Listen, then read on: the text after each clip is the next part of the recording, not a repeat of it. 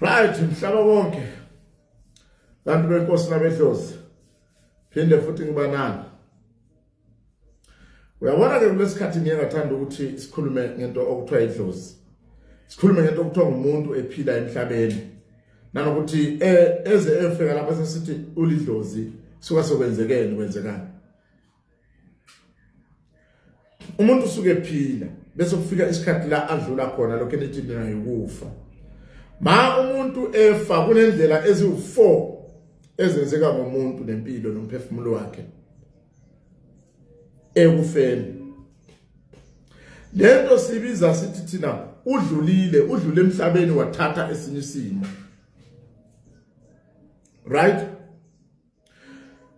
Ma ufa kwenzeka ufe uhambe straight to the spiritual world. Endaweni yabakomoya la onikwa khona iziphathimandla imisebenzi ozoyenza ma ubuyela emuva emhlabeni noma la ohluzisiswa uhlolwe khona ukuthi ukulungele yini ukubuyela njengedlozi usiyosebenza nabantu nomndeni usiyogayida usiyobangulinda noma awufiti. Kube khona umuntu othi ma angabe efa ahluleke kwakhona ukusuka khona la emndenini ahluleke kwakhona ukusuka ebantwini bese kuzoba nalo osukayo oyisibili kodwa abe phakathi nendawo akakwazi ukubuya ngapha kubantu akakwazi ukudlulela ngalo ukuze ayohlolisiswa abe sethunywa emuva. Kube naloyo ke owes4 ohambayo ayefika ngale afike ngenxa yendlela abeyiphila angavunyelwa anganikezwa okhiye bokubuyela azohlala kubantu enze izinto. Lo ongahambanga uzobe lokho uhlupho la kubantu yilo hlalile wangahamba ohambe phakathi kwendawo ubuyabe lohlupho lapha ngoba akafiki ngale lokho ememeza ngapha emkhulu kumele enzele lokho kunomuntu washona ekhaya kwaba nento nje sokumele enzele lokho kuze kube nje.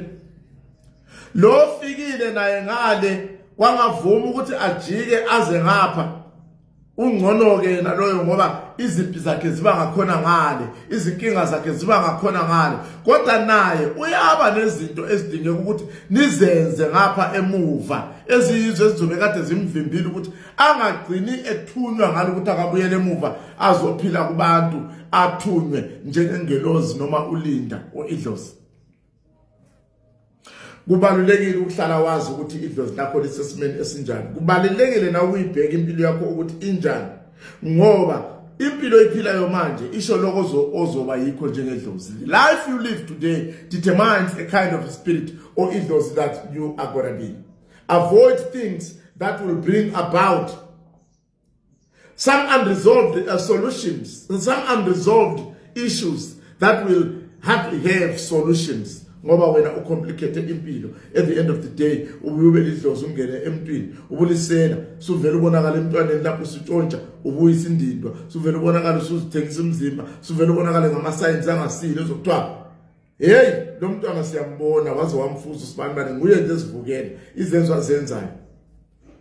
Ake kube khona izinto ezinhle ukuze spiritual attachment ibe nama signs amahle ukuze ube lidlozi elihle. Kokhovula amadlozi candle xumanisa namadlozi wakho siwachanele ngabe ngumndawo shisa idlozi isishise ikhandlela ledlozi lomndawo kungabe idlozi amanzi shise moon mermaid candle okuyikhandlela esilidesignele amadlozi amanzi omamlambo ogogo bamanzi. Lezi zinto zikhona ziyaphila abanye uthwasa uphume lapho nje ungusinathu kungayindawo kubopheka ukudlula kuqala ngoba awuzange wenzelwa izinto eziqondileyo even ukuvuma kwakho idlozi ubungabashisako ovuma idlozi nawo umuntu onjalo la ekhaya vuma idlozi ukuthi mawuzovuma idlozi lakho uyawushisa njengempepho usebenzisa ngalezo nsuku zokuqala uvuma nina semvele nihlabe inkukhu kuphela into kuphelile.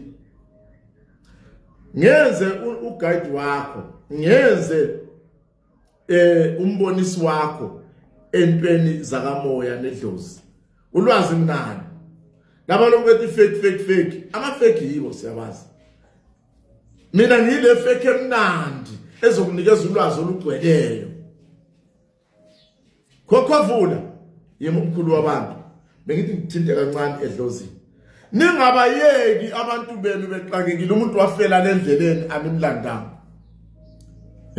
omunye nimlandile kodwa wabona ukuthi akekho indawo le afele kuyenzeka izinto okuginika abantu usekhanda community yakhe lapha yana azazozongena shaya sekhaya sodwa hayi kunengozi sifana wafa nihleli nithule izogcina ngani lento